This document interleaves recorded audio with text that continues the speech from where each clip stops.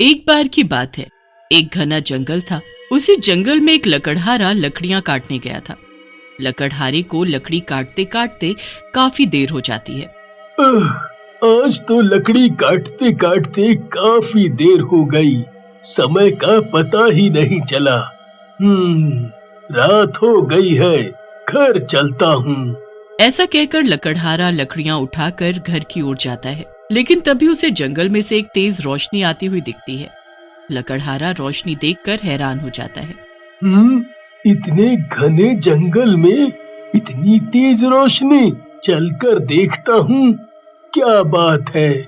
ऐसा कहकर लकड़हारा रोशनी की दिशा में जाता है। जैसे ही वो कुछ दूर जाता है, उसे वहाँ पर एक बहुत बड़ी की हवेली दिखाई देती है। लकड़हारा उस हवेली को देखकर हैरान रह जाता है। अरे इतनी बड़ी हवेली, वो भी इस जंगल में। अंदर चलकर देखता हूँ, अगर ये सोना मुझे मिल गया तो मैं इस देश का सबसे अमीर इंसान बन जाऊंगा। लकड़हारा ऐसा कहकर बिना कुछ सोचे समझे उस हवेली में घुस जाता है। हवेली के अंदर सब कुछ सोने का होता है। जहाँ भी नजर उठाओ सोना ही सोना होता है।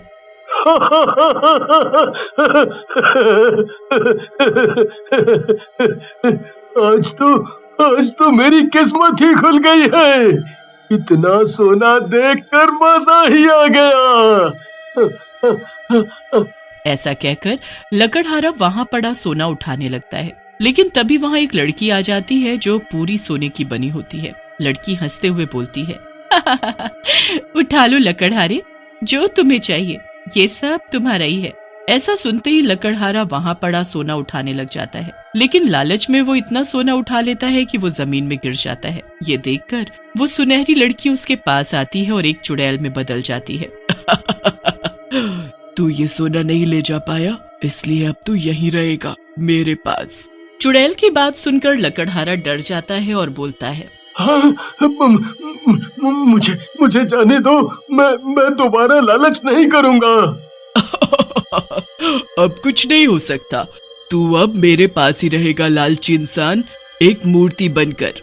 ऐसा कहकर चुड़ैल उसे अपने जादू से एक मूर्ति बना देती है। अगली सुबह जब लकड़हारा अपने घर नहीं पहुंचता तो उसकी पत्नी मालती बहुत परेशान हो जाती है और रोने लगती है, और उसका रोना देखकर गांव वाले उसके घर के बाहर इकट्ठा हो जाते हैं। ये मेरा मर्द न जाने कहाँ चला गया है, रात से घर नहीं लौटा है, गांव वालों मेरी मदद करो। मालती का रोना सुनकर वहाँ खड़ा दूध वाला बंसी बोलता है, अरे मालती भाभी, काहे को चिंता कर रही हैं? हमरे होते हुए हैं, आए चाहे ना आए हम तो हैं ही, है ना? तुम चिंता ना करो, अगर आधी रात को भी बुलाओगी तो बंदा हाजिर है।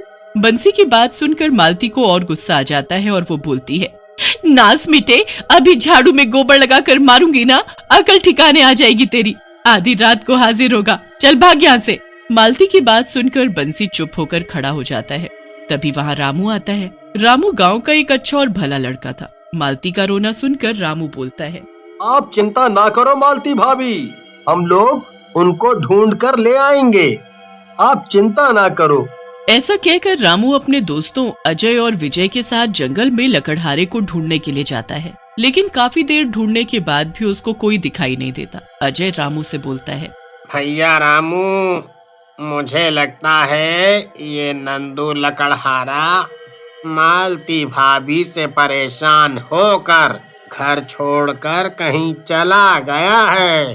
हाँ, सही बात है, ये मालती भाभी चिल्लाती भी तो कितना है, फटे ढोल की तरह। अच्छे अच्छे आदमी के कान में से खून निकल जाए, वो तो नंदू है जो फिर भी झेल जाता है। फिर वो तीनों गांव वापस आ जाते हैं। उसी रात बंसी दूध वाला भी जंगल के रास्ते गांव की तरफ लौट रहा होता है। तभी उसे भी वही सोने की हवेली दिखाई देती है और वो भी उसके अंदर चला जाता है। अरे वाह, कितनी बड़ी सोने की हवेली है, और कोई रहता भी नहीं है। लगता है मेरे दूध निकालने के दिन गए, अब दूध पीने के दिन आ गए हैं। इतना सोना है यहाँ पर, रोज थोड़ा थोड़ा करके ले जाऊंगा गांव में। हाँ। ऐसा कहकर बंसी वहां पड़ा सोने का सामान उठाने लगता है, लेकिन तभी वहां वही सुनहरी लड़की आ जाती है और बोलती है, ले जाओ, आप जितना सोना ले जा सकते हो, ये आपके लिए ही है, ले जाओ। बंसी सुनहरी लड़की की ओर देखता है और उसका मनचलापन जाग जाता है और वो सोचने लगता है, अरे वाह, कितनी सुंदर लड़की है। शक्ल से तो ये इस खजाने की मालकिन लग रही है। क्यों ना इससे मैं शादी कर लूं, मुझे तो लड़की और सोना दोनों मिल जाएंगे। बंसी को यूं हंसते देखकर सुनहरी लड़की हंसते हुए बोलती है, क्या हुआ बंसी जी, आप मेरे सपने ले रहे हैं क्या? लड़की की बात सुनकर मनचला बंसी हैरान रह जाता है और बोलता है, जी जी जी जी जी, जी आपको कैसे पता? मेरा मतलब है, नहीं जी, मैं तो ये सोच रहा हूँ, ये सोना कैसे ले जाऊंगा। चलो मैं कोशिश करता हूँ। ऐसा कहकर बंसी खूब सारा सोना और सोने से बनी चीजें अपनी पीठ पर लाद लेता है और वहां से जाने लगता है। लेकिन जैसे ही वो थोड़ी दूर जाता है, वो सोने के भार से गिर जाता है। तभी बंसी की नजर गिरे हुए सोने पर पड़ती है। सारा सोना गिरते ही मिट्टी बन जाता है। ये देखकर बंसी डर जाता है। लगता है ये सब कोई माया है और मैं इसमें फंस गया हूँ। इससे पहले मेरे साथ कुछ गलत हो, मुझे यहाँ से निकलना चाहिए। ऐसा कहकर सुनहरी लड़की बंसी को उठा लेती है और उठाकर हवेली में कैद कर देती है और मूर्ति बनाकर नंदू लकड़हारे के पास ही रख देती है। उसके बाद तो मानो ये रोज की बात हो गई थी। हर रात गांव का कोई न कोई आदमी गांव से गायब हो जाता, जिससे गांव वाले बहुत परेशान हो गए थे। एक दिन रामू अपने दोस्तों के साथ बैठा होता है। भाइयों, अब तो ये रोज की बात हो गई है। गांव में से कोई ना कोई रोज गायब हो रहा है, हमें कुछ करना होगा। बात तो सही है रामू भाई, वैसे तो हम हमेशा दिन में लोगों की तलाश करते हैं, जबकि लोग हमेशा रात में गायब हो रहे हैं। क्यों ना इस बार रात में लोगों को ढूंढा जाए। लगता है भाइयों, गांव वाले इस जंगल से गायब नहीं हुए हैं, बल्कि अपनी पत्नियों से परेशान होकर अपना घर छोड़कर चले गए हैं। तभी अजय को दूर से हवेली चमकती हुई दिखाई देती है। हवेली देखकर अजय रामू और विजय से बोलता है, अरे तुम दोनों लड़ना बंद करो। देखो इस घने जंगल में इतनी जोर से क्या चमक रहा है। फिर वो तीनों सुनहरी हवेली की तरफ बढ़ जाते हैं और उसके पास पहुंचकर तीनों दंग रह जाते हैं। तीनों लोग हवेली के अंदर चले जाते हैं। अंदर जाते ही तीनों के तीनों दोस्त हैरान रह जाते हैं। ओ तेरी की यार, इतना सोना, बाप रे बाप, यह तो बहुत सोना है। मन कर रहा है सारा सोना लेकर यहाँ से भाग जाऊं। ये कैसी बातें कर रहे हो विजय?